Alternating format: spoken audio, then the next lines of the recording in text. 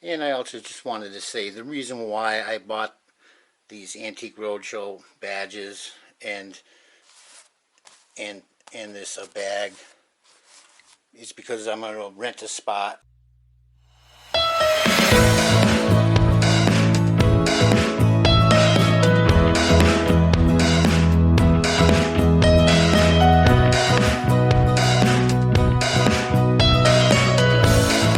Hey guys, Purple Noob Juice here. This is gonna be a shorter video, but I just wanted to go over a few things that I found today when I was out on the road on a different mission. But I want to also show you this beautiful oil painting that I picked up last year at an estate sale. This is a big 32 by 32 oil painting, and it's just absolutely gorgeous.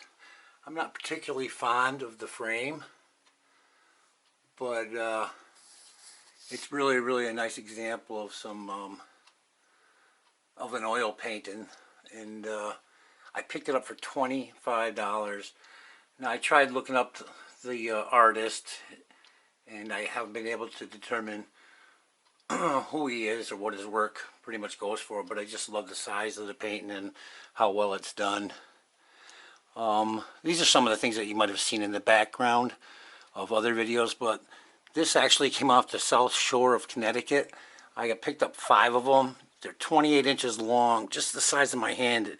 They're huge. I got all 5 of them for $45, I think $40.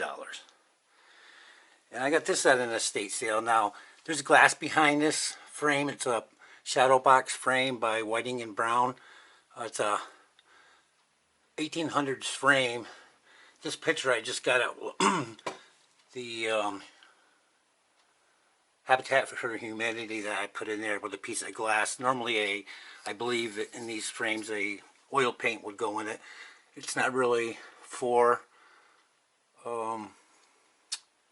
glass, but it's just such a beautiful frame that I wanted to show that out. I ended up picking that up for $20. That's a good $250 frame. And that's actually a saw blade I picked up at a tag sale along with a bunch of other ones. And I did the painting of a Lionel train. I thought I'd show you that. But let's get back to the finds I found today. Okay, we stopped off at Jim Sam's Buy, Trade, and Sell. And we picked up these really old bar clamps made of all wood, except for the very end has a bracket for the slide, the adjustable slide. Hey, there's Dixie coming to say hi. Hello, girl. I know I'm using your bed to display these, but they're very nice. It has a real antique old look to them. I'm thinking about when I sell these, because some people will use them for just displaying with no real purpose, but I might try to find some older hooks, some cast iron coat rack hooks to sell with it, and give the people the option to make, kind of give them an idea for people that, would try to think of they might like them but not know what to do with them. I think they would make a nice entrance coat rack or a key rack if you wanted to hold it up the other way and run keys down it. But I got all 3 of those for $50, which I think is a steal. They're really nice shape, and they just have that really cool look to them.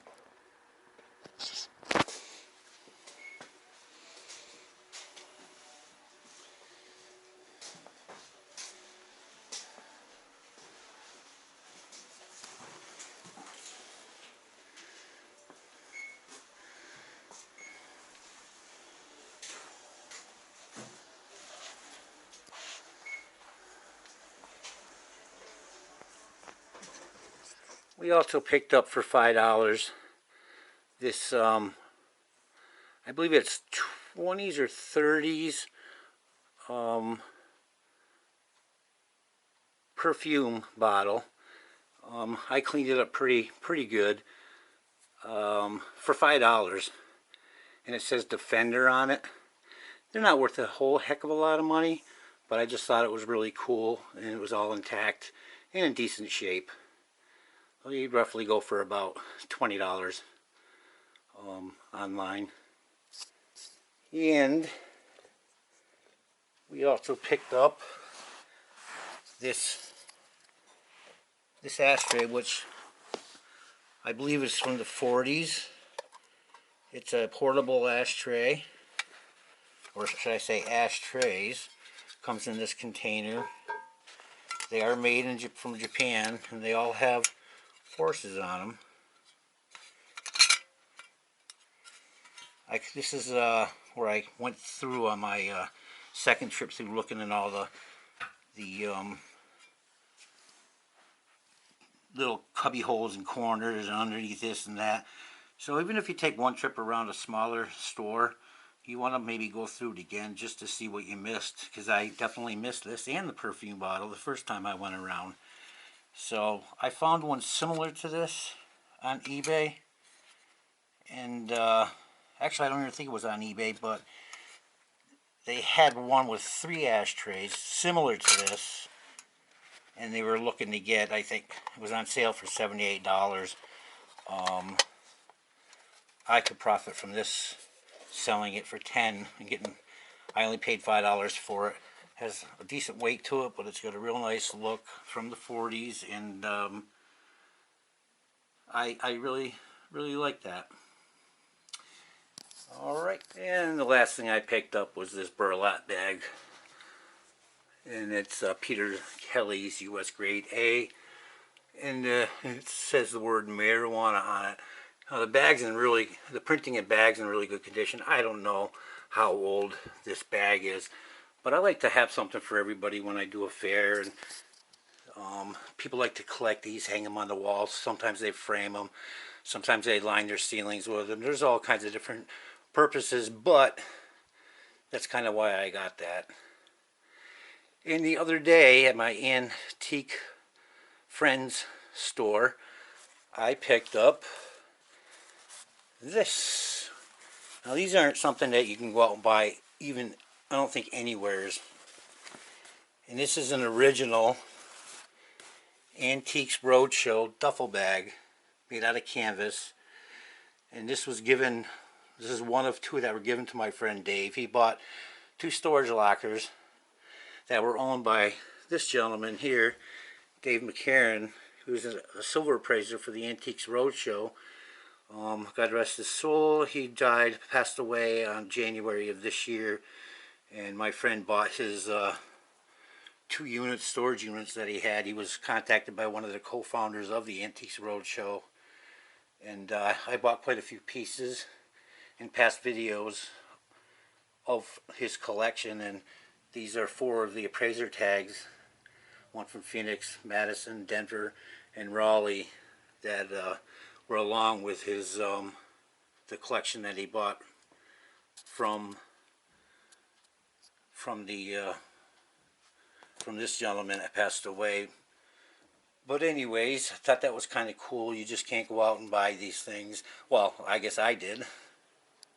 My daughter, on her way to work and home from work, has been picking me up certain items from this one house. They put stuff out every once in a while, and this picture frame is very heavy, and I forget what they call it when they have the cloth on the outer edges like that, but this is the artist in his studio, from trying to pronounce this right, Vomia. It's a from the 1600s. It's a print, or it's actually on board.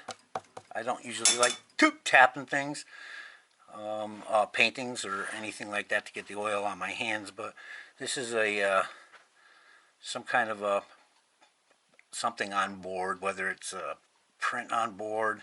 It's got texture to it, but it's a really good and well-made copy of it. It's a smaller copy. There's a ton of them online, but I mean, it was free, and it's actually very nice.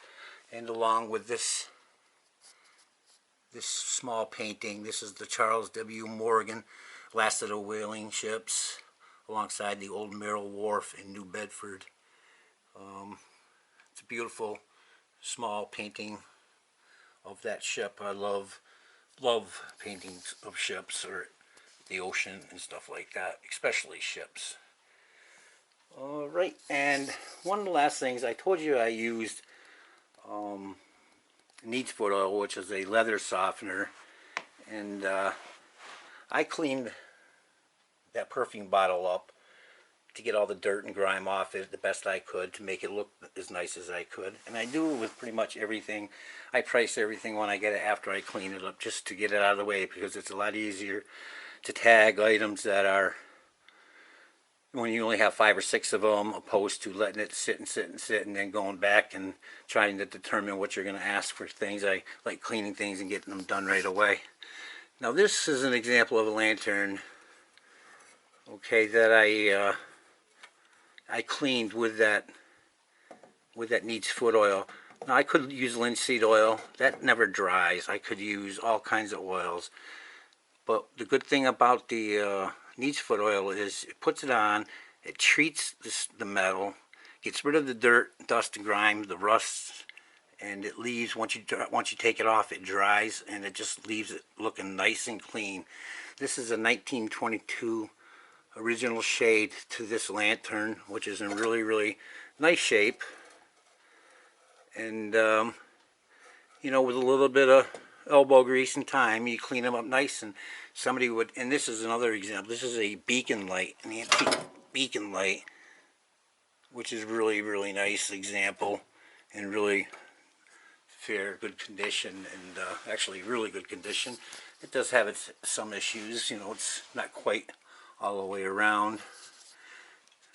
It's bent in a little bit, but the thing's very, very old, and it's a really nice lamp. Now I cleaned up this one too. Now I didn't do anything with this one, and you can see how the dirt's on the glass. These are all dates, by the way. I'm not sure about the beacon light, but I haven't yet cleaned this one. You know, it has its rust, it has its dirt. But if you're going to go to the store and you're going to see one over the other, which one are you going to choose if they're priced the same? Say they were all the same color, one that's dirty or one that's clean. That's very important to me. It's something that my mom taught me about. If you ever have a tag sale, make sure you clean everything. Otherwise, nobody's going to take anything. And the last thing I want to show you is, this is a patent date, April 8th or July 8th, 1862. And it's a tea kettle, right around period Civil War time. And this thing had its issues with rust. And I also used that neat's foot oil on it, cleaned it up nice, and it's protected. So just doing a little elbow grease and getting things to look clean and nice makes all the difference in the world. Well, I hope you enjoyed this video, and we will catch you on the next one. And I also just wanted to say the reason why I bought these Antique Roadshow badges and this bag is because I'm going to rent a spot at a thrifting store, kind of an antique thrifting store, and I want to make a display with the pieces that I did get from his collection and use this to add to the display, not for resale.